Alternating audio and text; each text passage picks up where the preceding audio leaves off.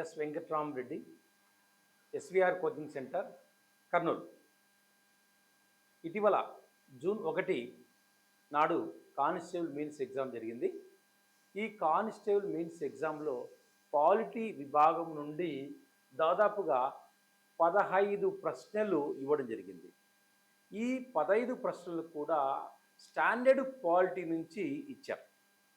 అయితే ఇక్కడ ఈ 15 ప్రశ్నలు ఏ పుస్తకం నుండి ఎక్కువగా వచ్చాయి అనే క్వశ్చన్కి సమాధానం ఏంటంటే ఈ పుస్తకం ఎస్విఆర్ కోచింగ్ సెంటర్ వారు విడుదల చేసిన ఇండియన్ పాలిటీ పుస్తకం. ఈ పుస్తకాన్ని మేము 2024 సంవత్సరంలో విడుదల చేశాం. ఈ పుస్తకం నుండి 15 ప్రశ్నలు వచ్చాయని చెప్పి విద్యార్థులు తెలియచేశారు. అన్ని ప్రశ్నలు దాదాపుగా ఈ పుస్తకం నుంచి వచ్చాయి. ఈ పుస్తకం చదివిన విద్యార్థులు పరీక్ష బాగా రాశామని ఫోన్ ద్వారా తెలియచేశారు. వారందరికీ మేము అభినందనలు చేస్తున్నాం. కాబట్టి ఈ పుస్తకం చదివిన విద్యార్థి పాలిటీలో 100% మార్క్స్, అంటే 15కు 15 ప్రశ్నలు సమాధానము సులభంగా చేశాడు. అంటే ఈ పుస్తకం నుంచి క్వశ్చన్స్ ఏ పేజ్ నుంచి వచ్చాయి అనే విషయాన్ని బోర్డు మీద తెలియచేస్తాను. ప్రశ్నాపత్రము మనం బి సిరీస్ తీసుకుంటాం. ప్రశ్నాపత్రం బి సిరీస్లో క్వశ్చన్ కింద మా బుక్లో ఆన్సర్ ఏ పేజీలో ఉంది అనే విషయాన్ని మేము ఇక్కడ తెలియచేస్తాం. అది ఒకసారి చూడండి. మనకు ఇది పాలిటీ బుక్ అండి. ఈ పుస్తకాన్ని 2024 జూన్లో విడుదల చేశాం. ఈ పుస్తకం నుండి ఎక్కువ ప్రశ్నలు వచ్చాయి. వన్ బై వన్ చూద్దాం. బి సిరీస్లోని ప్రశ్నలు వన్ బై వన్ చూద్దాం. ఫస్ట్ ఆఫ్ ఆల్ బి సిరీస్లో క్వశ్చన్ నెంబర్ 141. బి సిరీస్లో క్వశ్చన్ నెంబర్ 141. భారత రాజ్యాంగంలోని 11వ షెడ్యూల్లో పొందుపరిచిన ప్రాథమిక అంశాల సంఖ్య ప్రశ్న. ఆన్సర్ ఎంత? 29. ఇక్కడ ఉంది చూడండి, మీరు ఇక్కడ చూసుకోవచ్చు. అంటే మా ఎస్విఆర్ కోచింగ్ సెంటర్లోని ఎస్విఆర్ పబ్లికేషన్ బుక్లో పేజ్ నెంబర్ ఎంత అండి? 246. అలాగే నెక్స్ట్ క్వశ్చన్ చూద్దాము. మనకు 142 క్వశ్చన్. 142 క్వశ్చన్లో ఐక్యరాజ్య సమితి యొక్క సాంఘిక మరియు ఆర్థిక మండలిలో సభ్య దేశాల పదవీ కాలంని ప్రశ్న అడిగారు. ఆన్సర్ ఏంటి? 3 సంవత్సరాలు. సో మా బుక్లో చూడండి, ఇక్కడ పేజీ నెంబర్ 265లో ఉంది. ఆన్సర్ చూడండి, ఇక్కడ సభ్యుల కాలం 3 సంవత్సరాలు. పేజ్ నెంబర్ 265లో ఈ ప్రశ్నకు సమాధానం ఉంది. అలాగే చూడండి నెక్స్ట్ 143.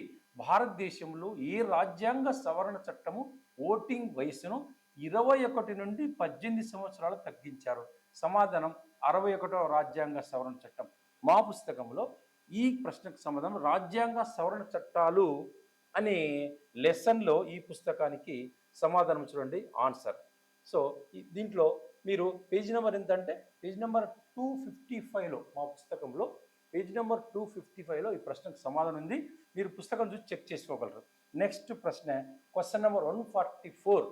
భారత రాజ్యాంగంలోని ఈ అధికరణం ద్వారా అంతరాష్ట్ర మండలిని ఏర్పాటు చేయడం జరిగింది. ఆన్సర్ అధికరణ 263.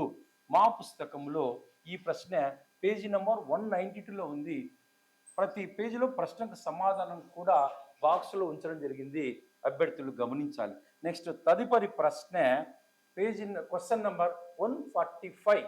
భారత రాజ్యాంగంలోని ఈ భాగంలో మున్సిపల్ సంస్థలకు సంబంధించిన అంశాలు పొందుపరచబడ్డాయి అని అడిగాడు. ఆన్సర్ వచ్చేసి మనకి ఇక్కడ 1 అండి. సో ఆన్సర్ 1 ఇదండి. ఆన్సర్ 1 అండి. ఇది ఇక్కడ మీరు ఇక్కడ రౌండ్ చేసి పెట్టాము, చూసుకోవచ్చు. నెక్స్ట్ మా పుస్తకంలో పేజీ నెంబర్ వచ్చేసి మనకు 56వ పేజీలో ఈ ప్రశ్నకు సమాధానం ఉంది. ఎస్విఆర్ పాలిటీ బుక్లో 56వ పేజీలో ప్రశ్నకు సమాధానం. Next question number 146.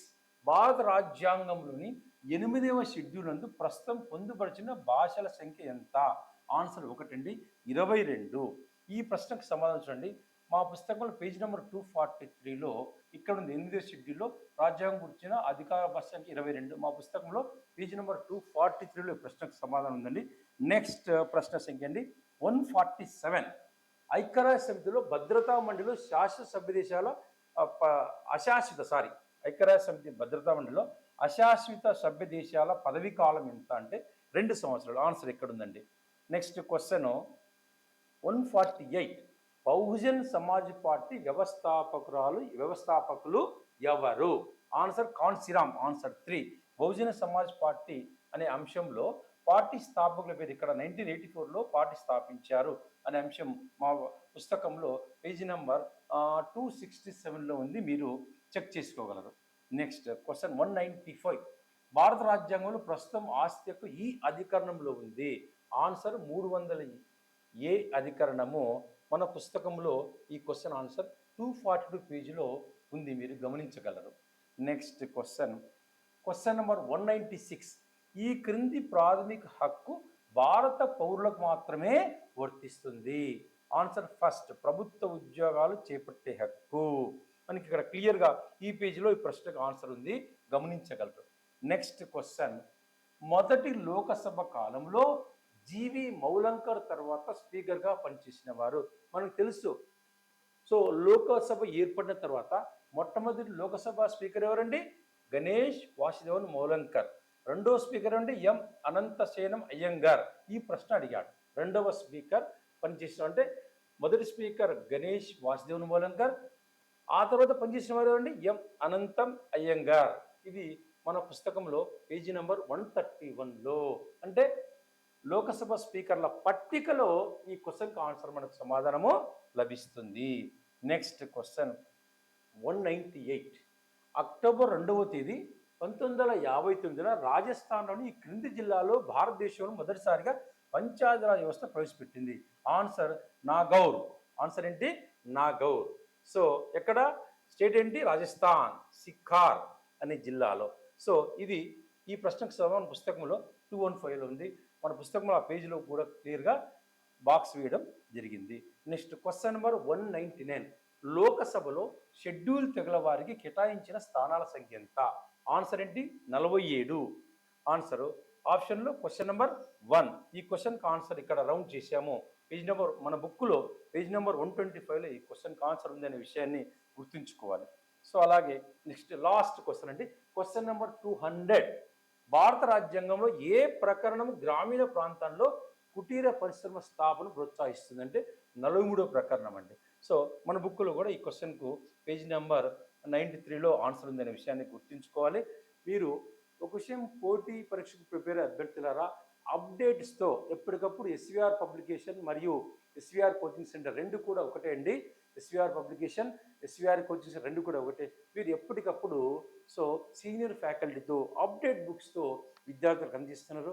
ఇవే కాకుండా హిస్టరీ, జియోగ్రఫీ కూడా త్వరలో మా బుక్ నుంచి ప్రశ్నలు వచ్చాయి.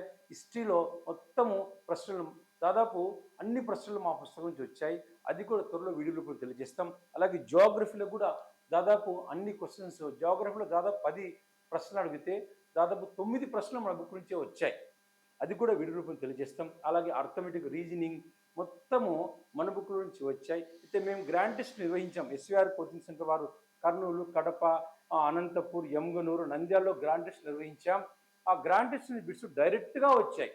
గ్రాండ్ టెస్ట్ పార్ట్ 6లో రామ్ సైట్ నేలల గురించి ప్రశ్న అడగడం జరిగింది. ఆ ప్రశ్న యాజ్ ఇట్ ఈజ్గా మనకు కానిస్టేబుల్ మెయిన్స్ ఎగ్జామ్లో అడిగారు. ఈ విధంగా ఎస్విఆర్ కానిస్టేబుల్ మెయిన్స్ ఎగ్జామ్ రాసిన విద్యార్థులకు ఎంతో ప్రయోజనం చేకూరిందని విద్యార్థులు ఫోన్ ద్వారా తెలియజేస్తున్నారు. మేము దాదాపుగా ప్రిలిమ్స్, మెయిన్స్ కలిపి 92 గ్రాండ్ టెస్ట్ నిర్వహించాం. 92 గ్రాండ్ టెస్ట్ నుంచి దాదాపు కానిస్టేబుల్ మెయిన్స్ ఎగ్జామ్లో 200 ప్రశ్నలకు గాను 135 ప్రశ్నలు వచ్చాయని చెప్పి విద్యార్థులు తమ యొక్క సంతోషాన్ని వ్యక్తపరుస్తున్నాం. విద్యార్థుల ఆశీస్సులు ఆధారపడుతూ ముందు కూడా మంచి క్వాలిటీ, మెరుగైన స్టాండర్డ్ ఎగ్జామ్స్ మీకు నిర్వహిస్తాం. కానిస్టేబుల్ ఎగ్జామ్ ఓరియంటేషన్లో ఎగ్జామ్స్ నిర్వహించి విద్యార్థి లోకానికి మేలు చేసి వారి అభివృద్ధికి పాటుపడతామని తెలియజేస్తున్నాం. Thank you.